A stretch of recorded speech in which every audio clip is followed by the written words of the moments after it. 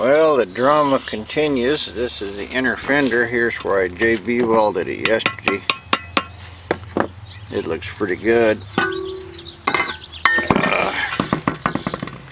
That's JB welded a washer in, but you can see the two end pieces here have this reinforcement, and both of those are broke loose. This one's cracked all the way around here.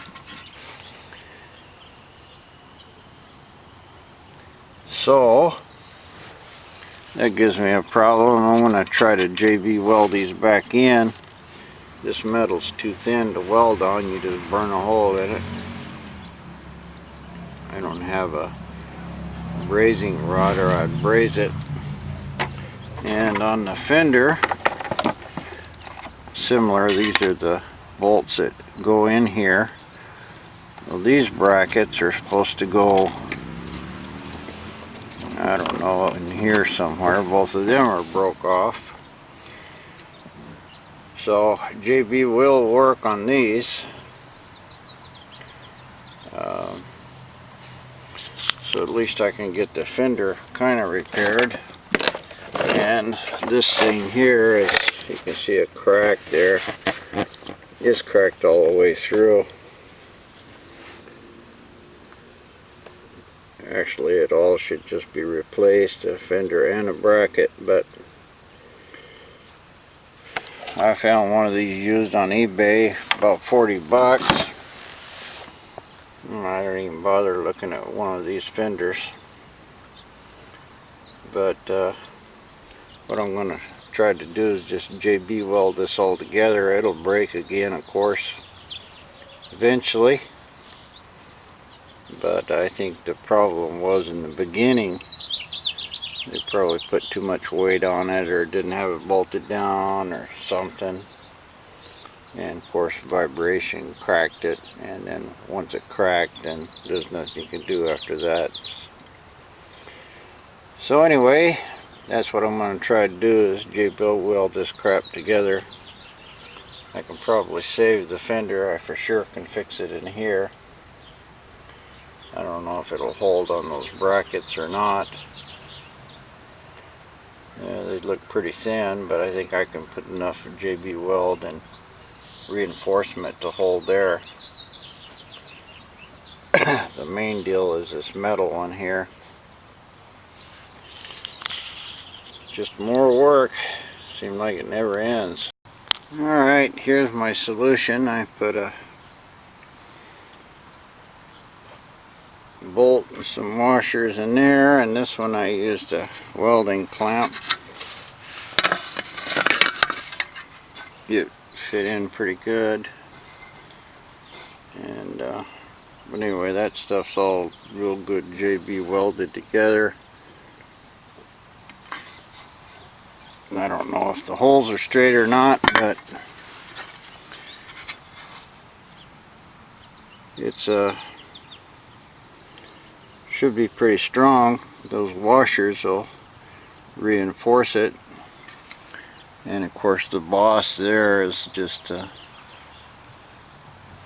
this shouldn't really be very tight anyway. It's just holding a little plastic fender, so vibration is what's going to kill me. So that looks good. I'm going to just clean up this middle one here. I put this JB weld on here at night so it don't flow very good. I'm just going to clean that up and make me a little lake right there. That ought to make that a little bit stronger. Well, that's about as good as I can do on that. It's out here in the sun. JB weld runs. I can actually see it running right now, so that should make a pretty smooth surface on both of these. I don't know what's going to happen on the other side. Doesn't make any difference. I'm going to have to drill them out anyway. But hopefully this will be somewhat of a repair for the metal, and I can move on to the plastic tailpiece. Yeah, that should do it there. I just trimmed the whole Well, it looks like I missed a crack there. What I did was just dig out the paint in the crack one-handed. Of course, I was using both hands before. And I just dig that out so the glue has a chance to get down in that plastic. That's good enough. And then just ran a little Mr. Glue in there. Actually a lot, but the super glue dissolves plastic, so if it goes down to the other side, it'll make a really good bond. And I'm going to have to sand and prime all this anyway. I'm just hoping that I can stop that major crack from walking.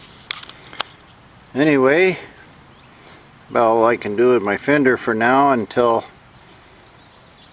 the glue on the other side dries and I can put some JB weld on it. Well, here's my instrument cluster. There was some of the neutral turn and all this stuff was still in here. I could read it. I wound up chewing it up pretty good, try to get that old ugly paint off of there. So what I did is just mask, and I'm going to hit this with some of that aluminum paint. I know it's not very good, but maybe it'll be good enough for now. Well, I shot it with a clear and it sort of mottled it. It was still wet, so I shot it again with clear. With silver. I'm going to let it dry real good this time, or at least where it's not wet, and then try it one more time with a clear. Alright, that's it. Don't look too bad. Looks a lot better than it did with all that black paint and shit on it. Not the best in the world, but definitely cheaper than $100. And I can take some, once this is dry good, I can kind of buff up my plastic there and clear it. I probably should take it apart, paint the back, but it's just too much trouble. But for what I got now, this is just kind of restoring this bike and trying to make work what I do have. So speedometer cluster looks pretty good. I'm just walking by this, another little note, this one here got a big hole in it right there. It's broke out. What caused it, I don't know. But anyway, here's the one I got that came with the late model front end. And of course it's filthy, but it actually looks real good and it's not broke. So I think I'll just clean this thing up and buff it. I should be able to do that pretty easy. And there'll be one more piece that I don't have to buy. Alright, moving on a little bit to the wiring. And the last joker that worked on this thing, looks like he I don't know, for some reason decided to put a little wire in here. Most likely this was together just like this. Why anybody would want to extend it 2 inches, I don't know, but see, it just fell apart there.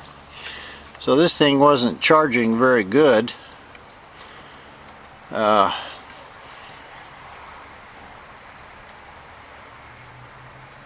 This is equivalent of taking a 4-inch sewer pipe or something and then putting a 1-inch sewer pipe in the middle of it. This big wire is going to pass far more current than that little tiny one's going to handle, so you might as well just have all the little wire in there. Looks like this goes into the main harness. It probably fools around somewhere and goes to the battery or something. So I don't see any reason why it should be that that short. So I'm just going to clean up this whole mess right here, solder it real good, and put some heat shrink on it. This is the main wire that goes to the regulator. So this basically is the main output. In fact, the wire there is not very big either. Let's see, I think I'm going to trace it down. Either I'm going to replace that whole red wire to wherever it goes back in there, if it's alright. I'll just solder it together right there. It looks like that's the easiest way to do it. Well, I got that wire unsoldered.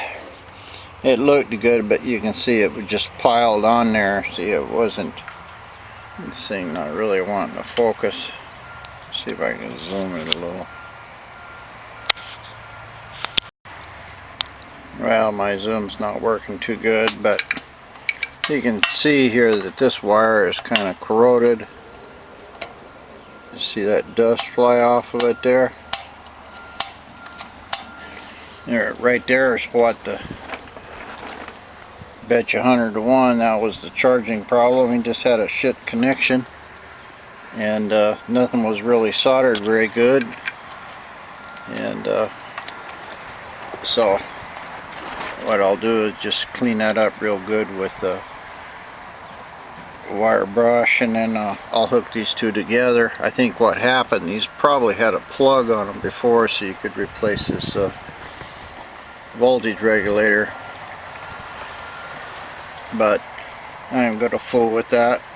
If I have to, I'll just cut what it put in it. But this is the main charging wire, so if you don't mind doing a little work, your best bet is to solder all this stuff together. Even connectors are not very good because they do have resistance, but it's very important that this thing is soldered together and soldered well. Alright, that's pretty good.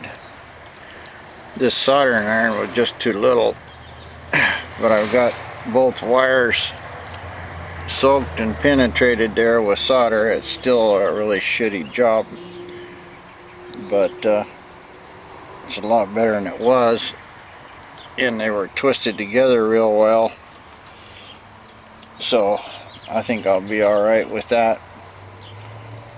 But that would be the first thing I would inspect in the future if I have any kind of charging problems, would be this joint. I just need to get a good solder in there, and that's for a, I don't know, a radio or something. It's not really big enough and heavy enough to do these big wires. You know, there it is, all heat shrink together. It's sure looks a lot better than it did before. I didn't really check the resistance or anything. Trying to set on this motor back here, and it's sharp as a stick.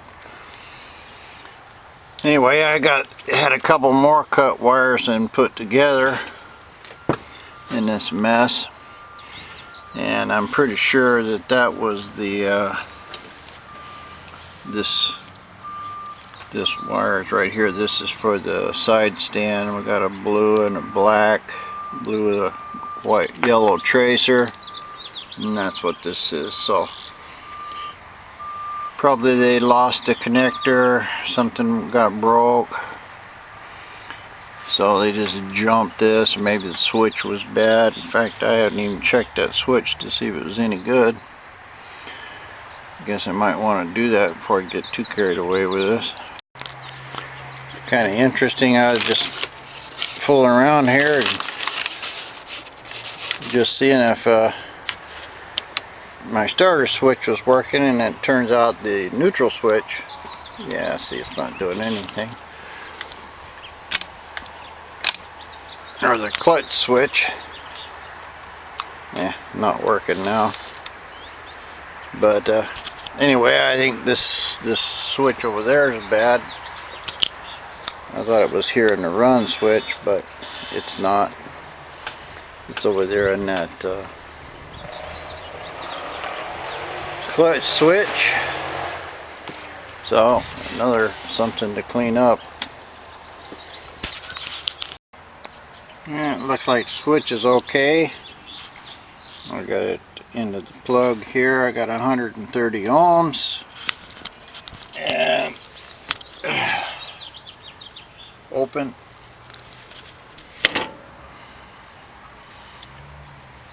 Hundred ohms whenever the kickstand is up. So the kickstand switch is good. I can go ahead and invent me some wires and hook it up. Alright, that's it. Soldered those. Heat shrinked them together. Put a sleeve on it. Clamp two plugs here. It'll go into this. They don't have to be very good wires, but I made really sure that they were connected good, because even though it's not an important wire, it's a serious pain in the ass wire, because if you get some kind of a bad connection here, the bike just won't start. So anyway, that's what I'll do, is just plug this in, then I'll tape it all up, and that'll be the end of this. Okay, that's it. They just snapped in real good. I don't even think I'll have to bother taping it or anything. I guess I could, but there's really not much need of it. A little piece of my starter clutch is running around here. So anyway, I think that's the end of my loose wires. I'll see if that switch is working. Well, let's see. Nothing. Pull in your clutch. How about that? Started with no trouble. Kills it as soon as you put down the kickstand.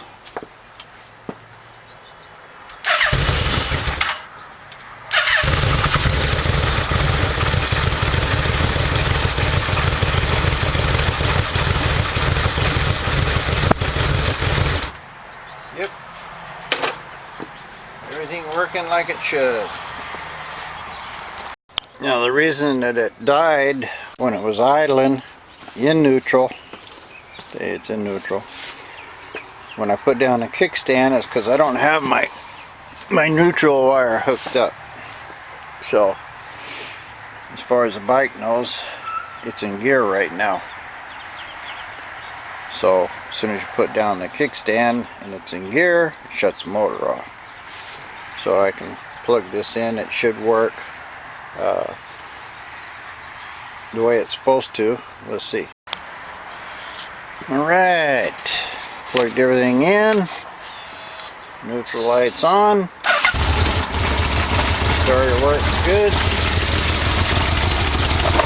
Doesn't make any difference now when I put this down. It don't. But if I put it in gear, it did. That's what it's supposed to do. Put it in gear with the kickstand down, motor dies. That's exactly what it's supposed to do. Amazing how easy this starts. No choke, no nothing.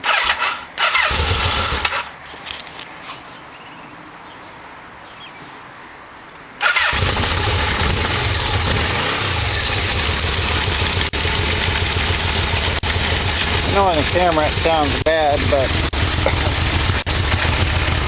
out here I can even hear the motor when I'm standing back here.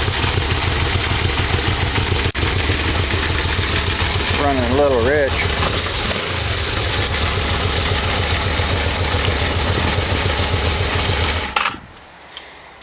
Anyway, this turned out pretty good. I hit the whole thing with some clear. I got some little fisheye in it there, but at least basically it's gray, and the clear made the lenses look real nice.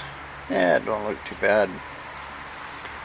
Close enough for what I'm doing. I was just wondering here, since I fixed my main power wire, looks like I got 12.6 volts. Drops to 12.1 with a key on.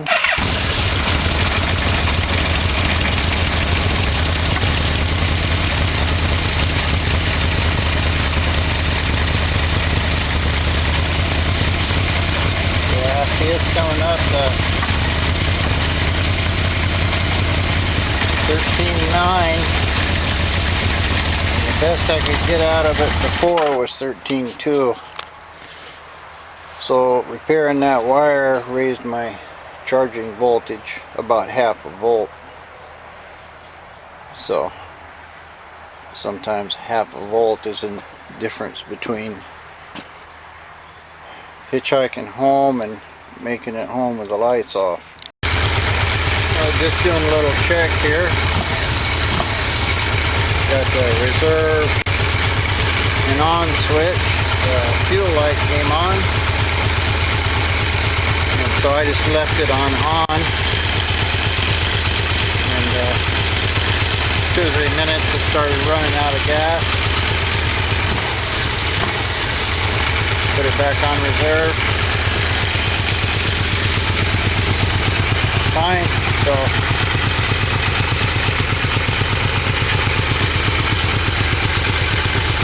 I know this camera sounds bad, but it sounds like this is just clacking and rattling, but I can just barely hear it standing here. I can actually hear the exhaust is louder than a motor.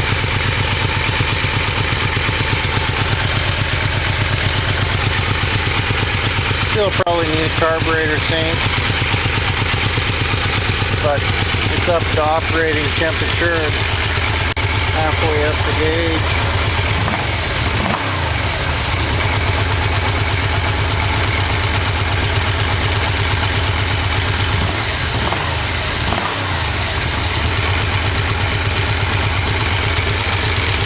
Island right at about 1100 before I set it.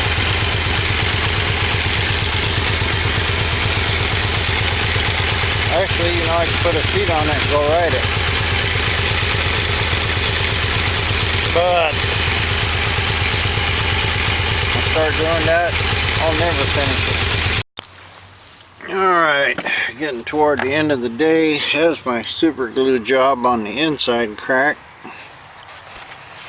And there it is on the outside. That stuff's pretty hard. It just melts the plastic together. Pretty much bonds it.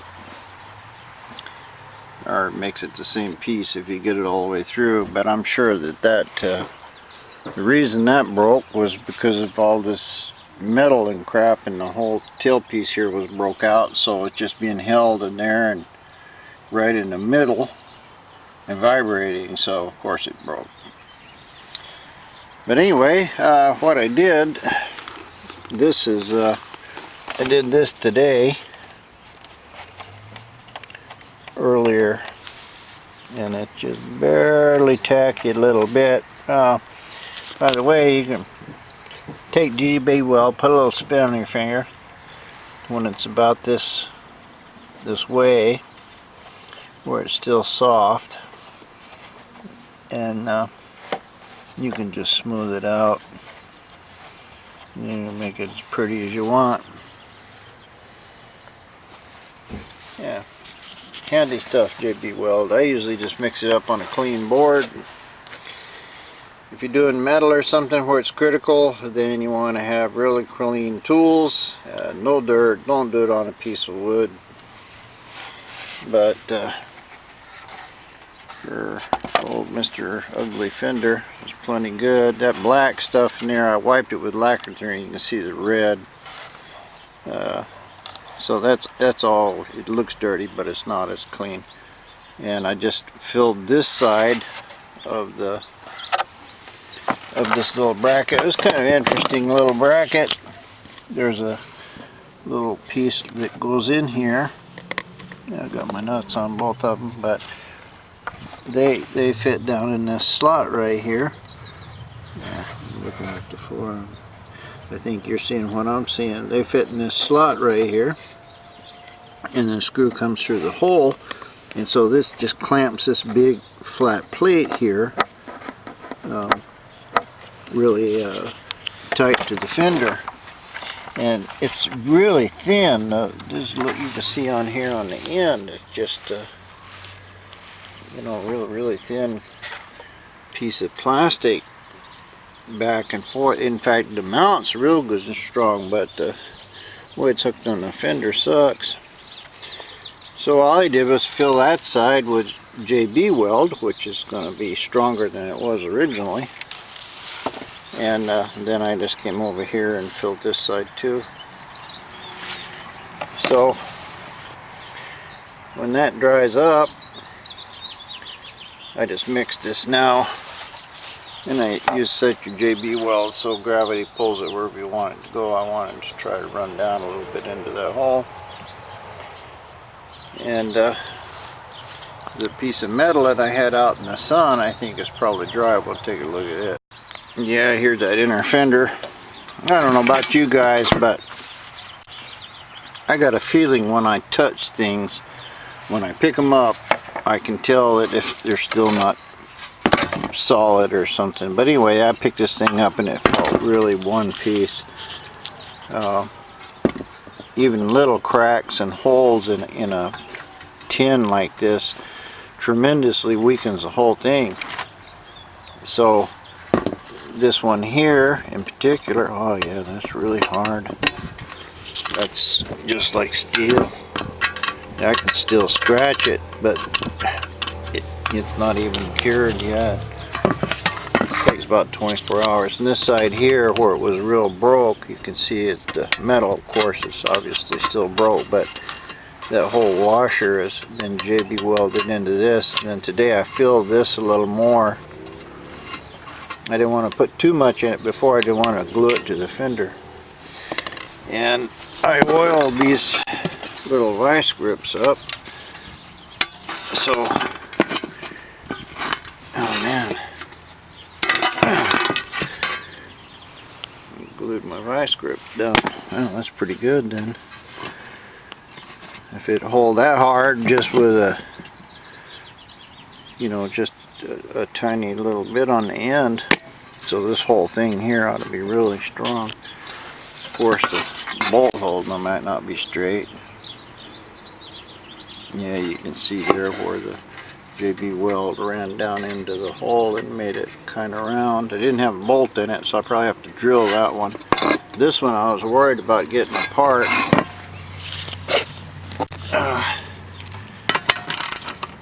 Some of them washers I bought God damn. There we go. I bought to take that flywheel off.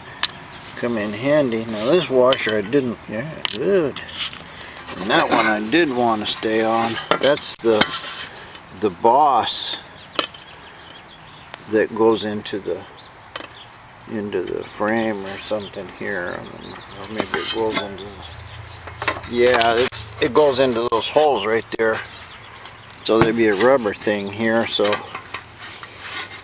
some kind of a mount. Anyway, I wanted those parts to be good on this side. I don't know what's going to happen to it. Let me get my little wrench on it and see if I can get it off.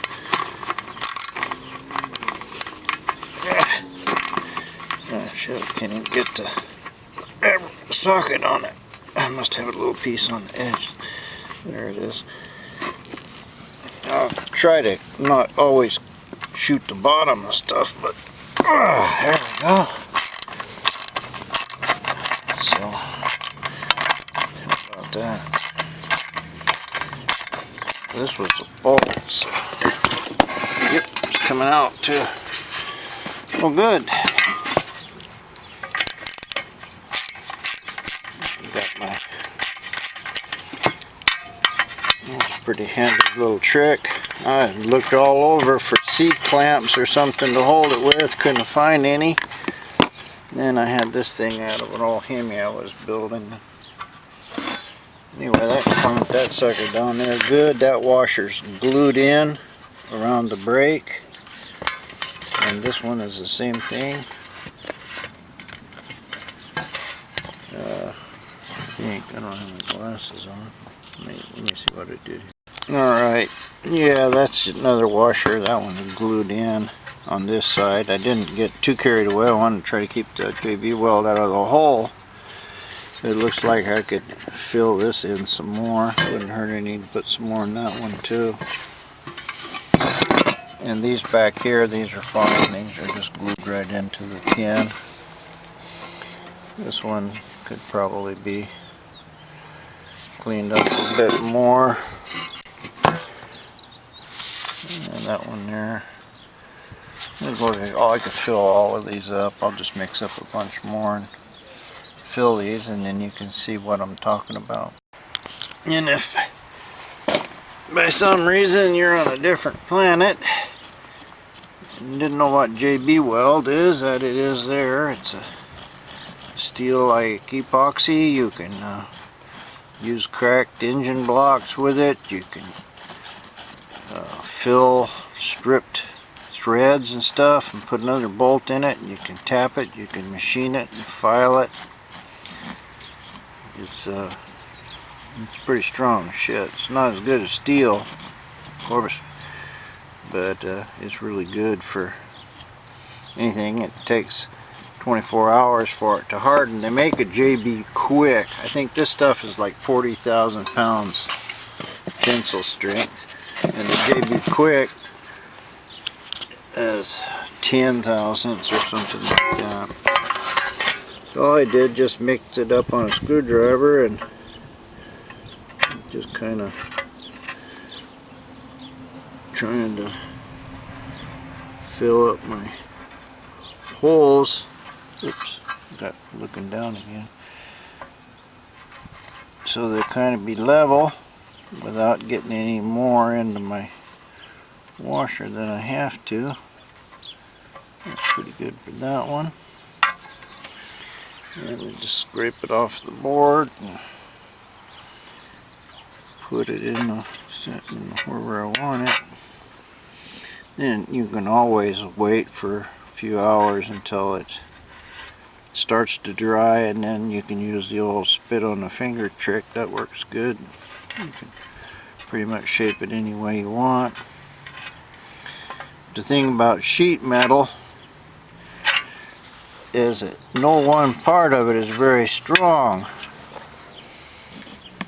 and so anytime you have a vibration crack or a hole or anything in sheet metal, right there is where it fails. And so what you have to do is apply any kind of load, like we got these bracket things here. They're getting a lot of vibration load, and probably people sitting on a fender and doing a million other things that you're not supposed to do to fenders. So it's no big surprise. So what you want to do is get your glue or weld or whatever you happen to be using, and you want to try to distribute the load in sheet metal, you know, as far out as you can. Try to get as much. See, no one part of it's got to be really strong, but it's all got to be kind of uniformly strong. Enough engineering bullshit.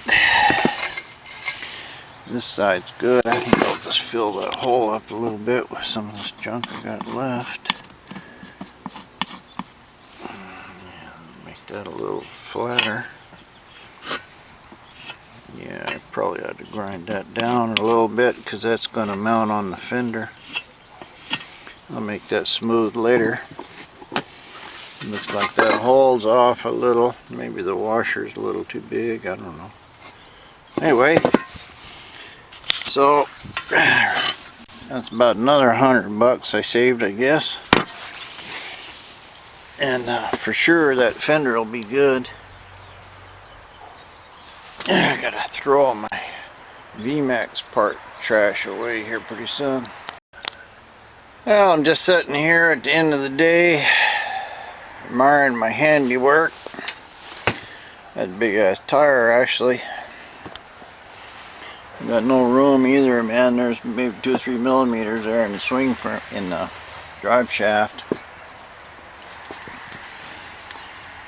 Yeah. Anyway, big enough.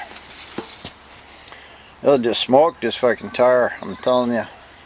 Big old pieces of rubber if you let it run long enough. These weird mufflers are kind of egg-shaped. There's a trick here I'll do sooner or later, and I just bore these rivets out, take that plate off, and then you drill you about 4 or 5 3/8 holes in each one of these things, and it increases volume quite a bit. Then you can use self-tapping screws and washers and stuff here, and you can kind of change that a little bit. And this one, I think it would be improved if I opened it up a little bit. One thing, I can't really hear it. Maybe it's because I'm getting old and deaf. But anyway, just looking at this thing without all of the stuff on it, there's nothing here but a big old tire, a motor, and some wheel out in front. This is really, and where I sit good is about right here somewhere. You know, you can see there. And if I could get down that low, it wouldn't be so bad. The knees are still kind of high, but the seat don't really put you there. And it's kind of, here we go. Where is it? It goes up under that tab there. So the seat's supposed to be all the way up here, and it's just too far. It's too close for me. Man, I feel like I'm on a, it's just too small. And what I'd like to have that seat do is go back about that far. Of course, that screws everything up because of the gas tank and other junk. But, you know, I'd have to do something with these clips here. I don't know what, but I could move that seat up. And that's what I was thinking, and rather than trying to go to this vmax seat like it is, I mean, I got it now and it'd be plenty good to ride, but it needs, the seat needs to be about 3 inches back. Maybe you and I could take something off of there and make a smaller piece that fit down in there. I don't know. But anyway, I sat on it the other day, and you know, without the fenders on it, it looks really little. You know, and boil it all down, and man, that's all it is that's an air box. It ain't nothing. There's a motor, piece of frame, big old wheel, another piece of frame to hold the gas tank, and another wheel. There ain't nothing here. Maybe it would be cool to build some kind of a bobber thing out of this down the road, or I definitely think a, you know, different seat and cool fender and some stuff would make this a really comfortable bike to ride. Right now it's not very comfortable. You know, you got 100 miles on it, and then you got to stop for gas. Well, on 100 miles, that's a couple hours, well, or an hour anyway. If you balls out, you can't do that, so it's a couple hours, and you're glad to get off of it because you're kind of pinned there, and you need that big piece in the back, because when you gas this thing, it literally just kicks your ass right off. It'll pull the handlebars right out of your hands, and you're holding on pretty good too. That's one thing I always do on these vmax saddles. I make them loose. On all of my other bikes I like to have a real tight throttle, but this thing here I like to have some play and slop in it. So because all you got to do is just touch that gas and it'll jump 5 feet and you don't even know it. Anyway, that little my thinking. This might make a really cool sort of shortened up bobber deal, you know. Just thoughts at the end of the day.